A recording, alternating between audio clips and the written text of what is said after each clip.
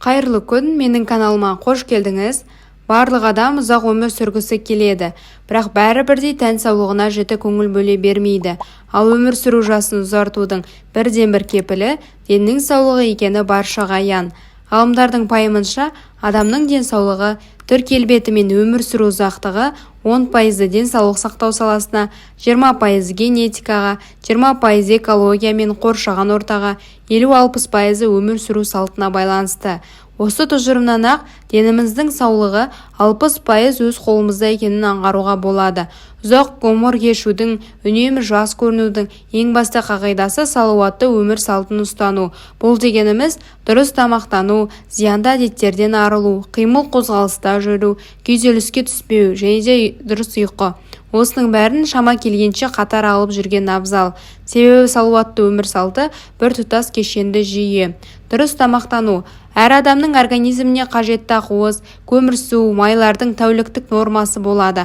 Ас қорыту жүйесіне салмақ түсірмей, дұрыс тамақтану үшін осы органикалық заттар бекітілген мөлшерден асып кетпегені жөн.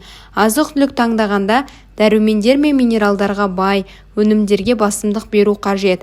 Әдетте бұл түрлі түсті көкөніс, жеміс-жидек, ет, балық, жаңғақ, бұршақ, жарма болуы мүмкін. Сондай-ақ иммунитетті көтеру үшін құрамында С дәрумені бар тағамдарды да қосу керек. Олар иммундық жүйені нығайтып, вирустар мен түрлі бактериялардан қорғайды. Рационға қызыл, сары, қызыл-сары, күлгін және де жасыл көкөністерді қосу да маңызды. Олардың құрамында бета-каротин бар. Ол микробтармен күресетін жасушалардың өндірісін ынталандырады. Бұдан бөлек, ақуызы бар тағамдарға да басымдық беру қажет. Себебі бұл иммуноглобулиндер, яғни қорғаныс жасушасы ретінде әрекет ететін антиденелердің құрылысы үшін негізгі материал. Ақуыз балансын көтеру үшін рационға ет, балық, сүт өнімдерін, бұршақ дақылдары мен жұмыртқаны қосу керек. Ақуыз организмнің негізгі құрылыс материалы. Ағзада иммунитетті көтеруге жауап беретін антиденелер болады. Сол антиденелердің құрылысы үшін негізгі зат ақуыз. Сол себепті ақуызды рационға неғұрлым көп қоссаңыз, иммунитетіңіз соғұрлым мықты бола түседі. Көмірсу, ақуыз, ет тағамдарын мейлінше түс кезінде жеген дұрыс, ал кешкі асқа жеңіл тағам дайындау керек. Өйткені ұйқы уақыты жақындағанда ағзадағы бүкіл процесс бәсеңдейді. Кешке тойып тамақ ішкеннен кейін ас қорытылмай қалатыны содан. Ет адам ағзасына қажетті ақуыздың басты көзі. Қазақ халқы ежелден жылқы етін, құнарлы етті таңдаған. Сондықтан табиғи етті тұтыну зиян деп ойламаймын. Еттен түсетін ақуыздар мен майлар адам ағзасына өте пайдалы. Біздің ағзамыздың басты бөлігі бұлшық еттен құралған. Ал бұлшық еттердің негізгі құрылыс материалы ақуыз. Сондықтан ет күнделікті рационда міндетті түрде болу керек. Ақуыздың тәуліктік мөлшері 100 граммнан аз болмағаны жөн. Бұл ретте рационға сиыр еті, тауық еті мен балық етінде қосу отыру маңызды. Рацион неғұрлым әртүрлі болса, ағзаға соғұрлым көп витамин, минералдар мен пайдалы заттар түседі. Нан. Дұрыс тамақтанудың тағы да бір құпиясы нан өнімдерін шектеу. Өйткені нан бұл көмірсу. Әсіресе ашытқы қосылған нанды көп жемеген абзал. Нан өнімдері көбіне ашытқымен пісірілгендіктен денсаулыққа зиянды. Наннан мүлде бас тартыңыз деп отырған жоқпыз. Тек мөлшерін азайту керек. Су. Судың тәуліктік нормасы әр адамның салмағына байланысты болады.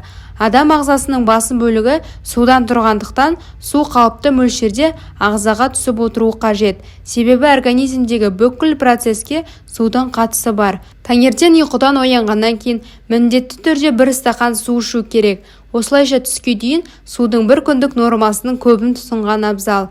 Ал түстен кейін әсіресе кешкі уақытта су ішуді азайтқан жөн. Жатарда көп су ішсеңіз, түнде бүйрекке салмақ түседі, ұйқы бұзылады. Қимыл қозғалыс. Ұзақ өмір сүрудің тағы да бір маңызды қағидасы қимыл қозғалыс, физикалық белсенділік, яғни күнде далада серуендеу, кардио жүктеме, күш жаттығулары, физикалық белсенділік күніне 60 минуттан кем болмауы тиіс. Әр адам денесі мен ағзасына байланысты қимыл қозғалыстың түрін өзі таңдау керек.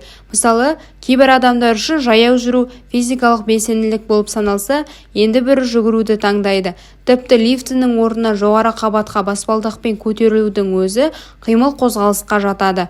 Үйде билеу, жеңіл жаттығулар жасауда салауатты өмір салтын ұстанудың жолдары. Ұйқы қартаю процесін баяулату және өмір сүру ұзақтығын ұлғайтудың тағы да бір әдісі дұрыс ұйқы. Ұйқы гормоны мелатонин түнгі сағат 12-ге дейін бөлінеді. Сол себепті ұйқыға ертерек жатқан дұрыс. Ұйықтар алдында 1-2 сағат бұрын теледидар мен телефонды сөндіріп, ұйқыға дайындалу керек. Күніне кемінде 7,5 сағат ұйықтау қажет. Ұйқыңыз қанғанда ғана жүйке жүйесі қалпына келіп, жаңа күнге дайындық жасалады. Ми жұмысы. Қай жаста болмасын, ақыл-ойды дамытып отыру адам денсаулығы үшін өте маңызды. Тек бұлшықеттің ғана емес, мидың белсенділігі де үлкен рөл атқарады. Ақыл-ой жүктемесін арттырып, миды жұмыс істетпесек болмайды. Жас ұлғайған сайын бүкіл процесс тежеле бастайды. Қарт адамдардың көшелерді шатастырып, ұмытшақ болатынында содан. Оның алдын алу үшін миға арналған жаттығулар жасау керек. Мысалы, адамдармен араласу, жаңалық қарау, қиын немесе жеңіл есептерді шығару, сөз жұмбақ шешу, тіл меңгеру, шахмат пен дойбы ойнау. Күйзеліс пен стресстен арылу. Адам ағзасы біртұтас жүйе болғандықтан барлық процесс бір-бірімен өзара байланысты.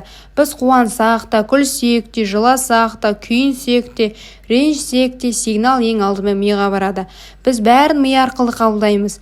Кейін ми оны қорытып, ағзаға гормондармен сигнал береді. Біз қуанғанда жақсы гормондар бөлінеді. Бұл қан айналымын жақсартуға, жүрек жұмысын күшейтуге оң әсерін тигізеді. Ал керісінше күйзеліске түссек, ашулансақ, организмге теріс әсер етеді. Процестер бәсеңдеп, күш-қуат азаяды, асқа тәбет жоғалады. Сондықтан жаның сау болса, тәнің сау болады деп бекер айтпаған. Ақпарат ұнаса, каналға тіркеліп, лайк басып, комментарий жаза кетіңіз.